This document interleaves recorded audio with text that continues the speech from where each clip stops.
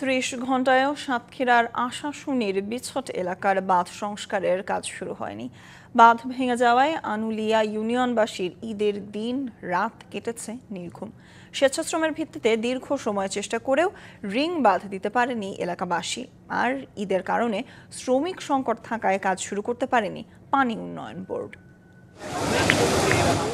সোমবার রাতে আশাশুনির খোলপেটুয়া নদীর বাঁধ ভেঙে জোয়ারের তোড়ে প্লাবিত হয়েছে 10টি গ্রাম। পানিবন্দী হয়ে পড়ে আনুলিয়া ইউনিয়নের 20,000-এর বেশি মানুষ।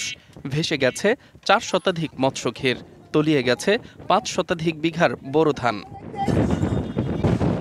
বাড়িঘর ছেড়ে 3 শতাধিক পরিবার আশ্রয় নিয়েছে অন্যত্র। অনেকেই বাড়িঘর ছাড়ার প্রস্তুতি নিয়েছে।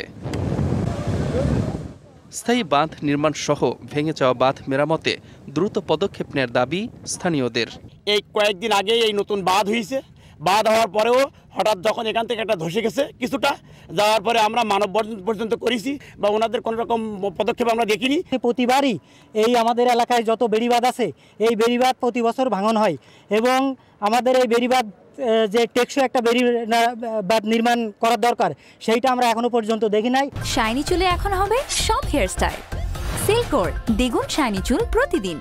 আমরা খুবই বিপদের ভিতরে আছি। আনুলিয়ার 9টি গ্রামের মানুষ কালকে 8টা থেকে বিছট প্রাথমিক বিদ্যালয়ের পশ্চিম পাশ দিয়ে 150 ফুট জায়গা হঠাৎ করে নদীর গর্ভে যাওয়ায় আমরা হাজার হাজার মানুষ ঈদ করতে পারি নাই। অতি জোয়ারের কারণেই ভেঙে গেছে বাঁধ। সংস্কার পদক্ষেপ নেওয়া হয়েছে, দাবি পানি উন্নয়ন বোর্ডের। অতি জোয়ারের কারণে আকস্মিক ভেঙে গেছে গতকালকে এটা।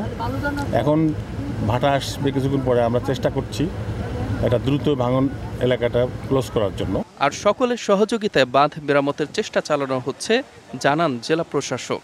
খুলনা থেকে সুপারিনটেন্ডেন্ট ইঞ্জিনিয়ার তারাও চলে আসছেন। তা আমরা সর্বোচ্চভাবে চেষ্টা করছি, পাশাপাশি গ্রামবাসী আমাদেরকে সহায়তা করছে। তো আমরা চেষ্টা করছি যত দ্রুত সম্ভব যেভাবে হোক এটা প্রোটেক্ট করি। বাঁধ দ্রুত সংস্কার করা না গেলে আরও 3টি ইউনিয়ন পানিতে তলিয়ে যেতে পারে আশঙ্কা স্থানীয়দের। DBC news desk.